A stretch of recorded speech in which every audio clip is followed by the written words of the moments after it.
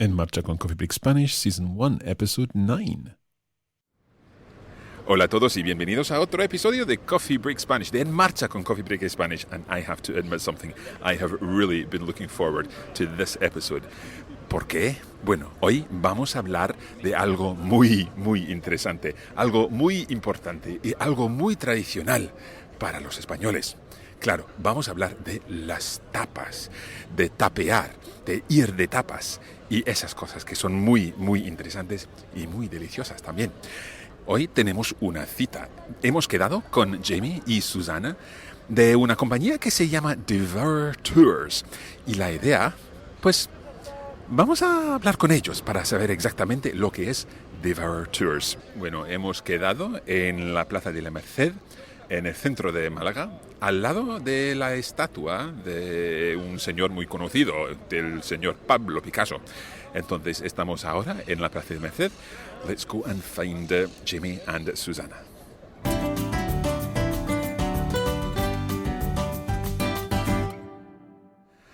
I think I see what might be Jamie and Susana over here.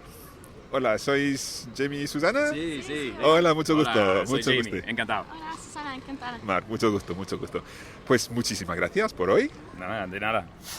¿Queréis presentaros ya? Sí, bueno, me llamo Jamie, yo soy irlandés, pero llevo 3 años aquí viviendo en Andalucía. ¿Y tú, Susana? Hola, soy Susana, soy holandesa y llevo 2 años en Málaga. Perfecto, pues muchas gracias. Perhaps we should come to English for just a moment, if we can explain a little bit about what your company does. Tell us about it, Jamie. Okay, so Devour Tours is a company that works at the minute in 8 different cities in Spain. And what we offer to tourists that come to visit the country are gastronomic experiences and cultural experiences. So we focus on the gastronomy of each city and the authentic traditional local food and drink, but also our experiences are a little bit more than that, because at the end of the day, after a Devour Tour, you go away having eaten delicious food and had delicious wine, but also you have a better understanding of the culture and the history of that particular city. Because at the end of the day, the culture, the food, the history, it's all part of the same delicious story. Fantastic. Everything goes together. Susana, you're the city manager for Malaga. Yes, it's true. I've been working with Devour Tours for about a year now, and it's great because eating and drinking is really important to people in Malaga. It's what the locals do. Their whole life is centered around food. So getting to know Malaga is, if you want to get to know Malaga, you have to eat and drink in Malaga. So, that's the best way. Okay, so we are going to be doing some tapas tasting, is that correct? Exactly, yeah. So today we are going to eat tapas like true locals, like true Malagueños. We're going to go to 3 different establishments that show different aspects of the tapas culture in the city. We're going to try some local food, we're going to taste some delicious local wines, and do things like true, authentic locals. The things I do for the Coffee Break Spanish audience. It sounds like a great afternoon. Vámonos? Vámonos.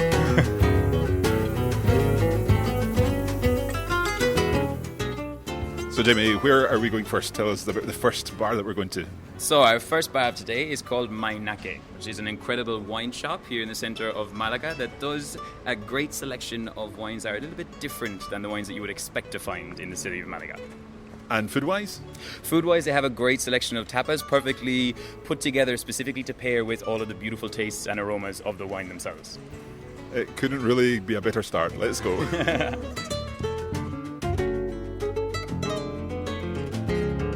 So, in our first bar, I asked the owner, Jose, to tell us a little about the pairing of the food and wine that he had prepared for us. Verá, como vamos a tomar un vino tinto de ronda con un poco de tintilla de rota y algo de tempranillo, he pensado que eso podía acompañar muy bien a un queso de cabra de leche cruda y, bueno, bastante curado. He puesto 2 en este caso. Uno es de la Axarquía, de la zona de Vélez Málaga, y el otro es de la zona del Guadalhorce. Son 2 conceptos distintos con la misma leche y el mismo animal. Creo que es un momento para probar un concepto bastante distinto en 2 zonas distintas. So we're talking here about 2 different types of queso de cabra, goat's cheese. One from the Axarquía region, and that's the area around Frigiliana. We've spoken about that before on En Marcha. And then the other from Guadalhorce, and Guadalhorce is the river that runs from Antequera down to Málaga. Pues a comer. A comer. Salud. Salud. Salud. ¿Qué tal? Sí. A mí me encanta. How many tours do you do normally in a week? It depends. So, I mean, tourism obviously kind of runs seasonally, but during the low season, we might do 2 or 3 different tours a week. But coming into high season, we could even do as many as 5 or 6. So we're kept nice and busy. And what nationality would the tourists be?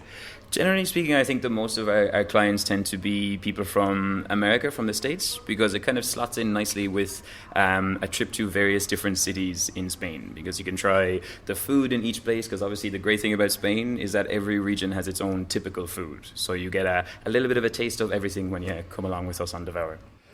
Okay, so bar number 1 done.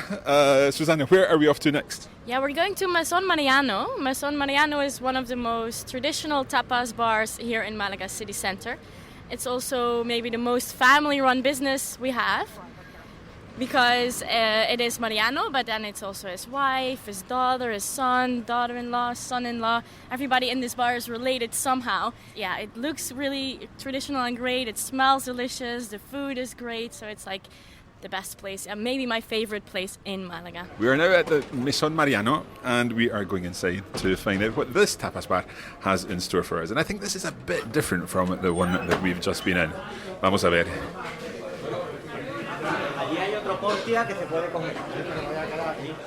You enter a restaurant like Mesón Mariano and you immediately know that you're somewhere authentic, where there's lively chatter all around, where the waiters are busily delivering loaded plates of fresh local produce to families and groups of friends, all there to enjoy the traditional atmosphere and the delicious food. Bueno, estamos en Mesón Mariano, que eso es uno de los sitios más típicos de la ciudad de Málaga. Aquí se come súper bien, la comida es muy típica de la región y más que nada aquí estamos entre malagueños, en un sitio con dueños malagueños entre los malagueños, que es muy importante para nosotros como empresa, pero también para ti, para entender lo que es la gastronomía típica de aquí. Exacto, pues eso sí que es muy importante. Mientras estamos esperando la comida, cuéntanos un poco, Jamie, ¿cómo has aprendido español? Porque hablas súper bien. Bueno, gracias. Bueno, yo llevo mucho tiempo estudiando en español. Yo empecé con 12 años, cuando era un niño chico, aprendiendo en secundaria. Y luego ya seguí hasta la universidad. Tenía también la suerte de poder hacer un Erasmus de un semestre en Granada. Y luego, justo el día después de graduarme, pues vení por aquí a Andalucía y ya llevo 3 años. Entonces, bueno, ya llevo mucho tiempo, entonces si no hablo bien ahora, pues sería un problema. ¿Y para ti el andaluz no es demasiado difícil? Bueno, yo antes de hacer mi Erasmus en Granada, mis profesores de la universidad me dijeron, pues Jamie, te has equivocado, porque ahí en Andalucía vas a tener muchos problemas con el acento. Pero luego yo seguí con mi ritmo y al final, si puedes hablar con los andaluces en Andalucía, puedes hacer lo que sea con el español. Puedes hacer lo que sea, lo que quieras. You can do whatever you need to, whatever you want with your Spanish, if you can manage to understand an andaluz. And that's what we're helping you do with these episodes of En Marcha. I asked Jamie to tell us more about what we were going to eat in Mesón Mariano. Bueno, Jamie, cuéntanos, ¿qué vamos a comer ahora? Ahora mismo vamos a comer un plato muy muy típico de Málaga, que son los boquerones fritos. Y boquerón, que es un anchovy, bueno, es muy conocido por todo el mundo, pero aquí en Málaga lo comemos de forma distinta, porque son boquerones frescos. Vienen del mercado de Málaga, así que son muy frescos. Mariano, el dueño de ese bar, va todos los días para comprar su boquerone y lo que hacemos es lo rebozamos en un poco de limón y lo freímos, pero se fríe siempre en aceite de oliva virgen extra. Así que es un frito más ligero, más sabroso y es muy típico de aquí en Málaga porque se dice que, bueno, el apodo más común para los malagueños es boquerón. Así que si tú estás hablando con tu amigo que es de Málaga y dice, oye, boquerón, eso está muy bien dicho por la cultura de comer boquerones tanto. You heard Jamie use the word apodo there, a nickname. And the nickname for someone from Malaga, apparently, is boquerón, an anchovy. Now, I wanted to know if this could be seen as an insult. Not at all. It's very much a term of endearment. It's something that you say to your friends, and it's very commonly used not just in Malaga itself, but in the rest of Andalusia as well. We refer to people from Malaga as boquerones. Bueno, vamos a probar los boquerones. So the special thing about this particular restaurant is that at the end of the day, Mesón Mariano really shows the passion of Malagueños for their cuisine, because the owner, Mariano, he goes to the market every single morning, buys his boquerones that we're enjoying at the minute. He gets all of his fruit, vegetables, meat, all of these things. Then once he's done his shopping in the market, he goes into the kitchen, he starts cooking, he spends all of his day cooking, and when all of that work is done, he eventually then goes out into the restaurant and talks to the locals, interacts with them, and really kind of makes sure that they're having a good time and enjoying his food. And the food is amazing. I can tell you that. It's absolutely fantastic. Now you can see it in the part of the restaurant, the other part, that they display the vegetables and fruits really fresh, and they have the fish displayed. And when you order something, you actually see the waiter going into that fridge, taking out the fish, bring it back to the kitchen, so you can literally see what they're cooking with. It's really nice. We're delighted to be joined by Mariano, the man himself of the Mesón Mariano.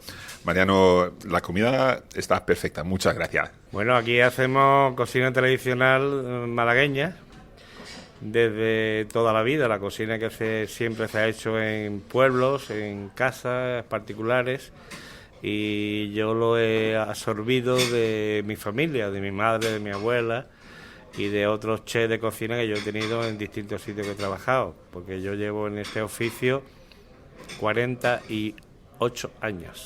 Wow, enhorabuena. Gracias. ¿Y los clientes que vienen aquí son más bien malagueños o son turistas? El 90% son malagueños y son clientes de siempre, tanto de hijos, padres, nietos, familiares. Y luego turistas vienen mucho gracias también a la información que hay a través de las redes sociales, que se divulga el tema y hay turistas de fuera de España y de España muchos también. Sí. Pues muchísimas gracias. A vosotros, un placer siempre atenderos, Gracias. Jamie and Susanna work on a daily basis with tourists coming to Spain on their tours and trying different types of food. I wanted to find out more about the attitudes of tourists towards tapas and whether people are used to eating in a Spanish style.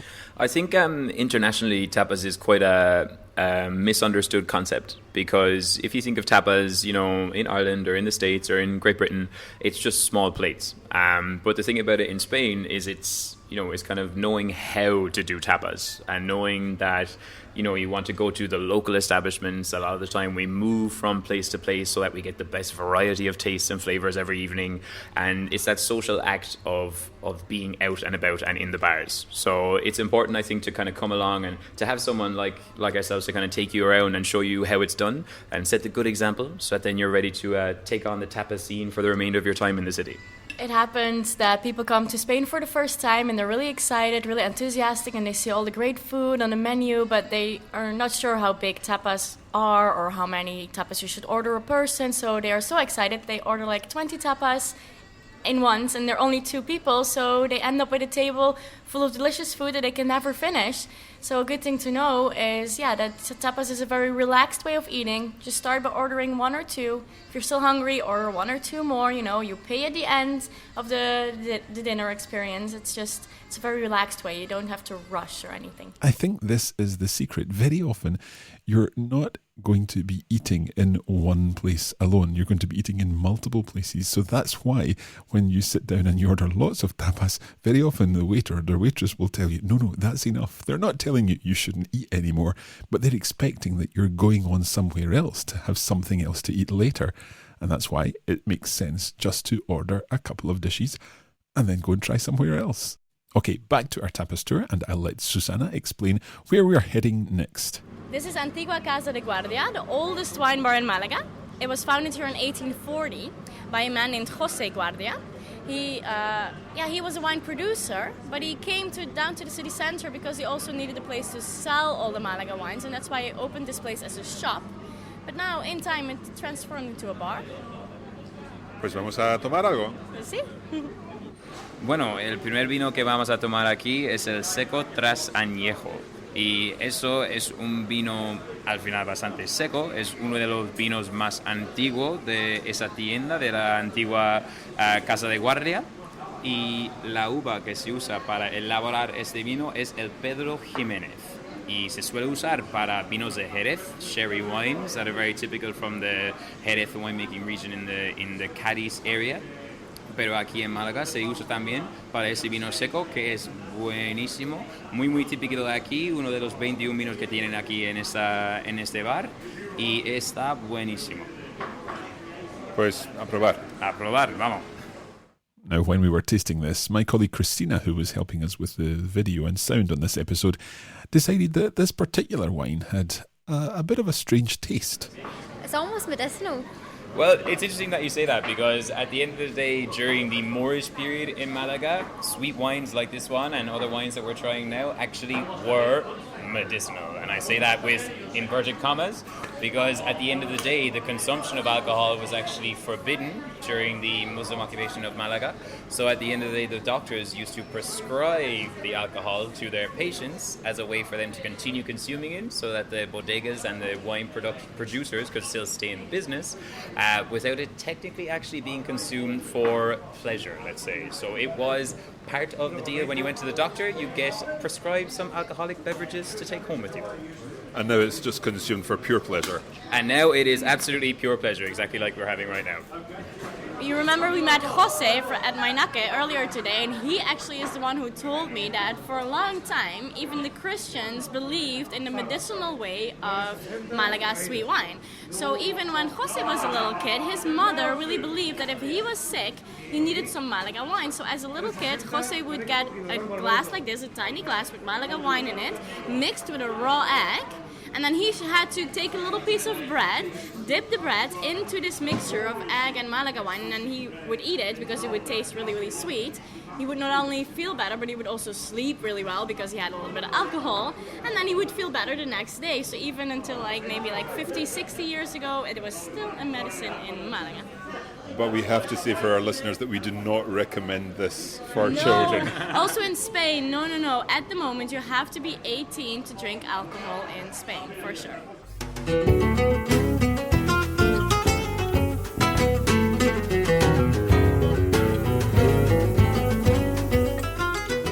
Now, if you'd like to get more out of En Marcha, then you can use the transcript for this episode, which will explain everything covered in the lesson in the Spanish aspects of the conversations, including vocabulary, which will help you get to grips with the language used by the native speakers. The lesson notes are one part of the premium materials for En Marcha. There's also a vocabulary list where we list all the words included in the episode from Spanish into English and English into Spanish to help you test yourself on what you've learned. There is the activity pack, which is full of exercises based on some of the constructions in the episode, and also the language study episode, which is a full additional piece of audio content where my colleague Anne and I talk about the language used and give you further practice with some interactive translation challenges. You can find out about all of these bonus materials by going to coffeebreaktravels.com or simply go to the Coffee Break Academy and you'll find En Marcha there. So we're coming to the end of this highly enjoyable episode of En Marcha con Coffee Break Spanish, and I would like to say a huge thank you to Susana and to Jamie for all your help. It's been fantastic finding out about the Tapas Trail in Malaga, and we do need to ask you, how can our listeners find out more about what you do? Well, of course, we have a website. We have social media like Instagram, Facebook, Twitter. Or if you want to check out all of our experiences across all of the different cities that we work in, check out devourtours.com and you'll have a little bit of a link to all the different cities we work in, all the different experiences we have, and we look forward to seeing you on a Devour adventure soon. Pues muchísimas gracias a todos y hasta la próxima. Muchísimas gracias a ustedes y nos vamos a ver pronto. Yes, thank you very much. It was really fun today.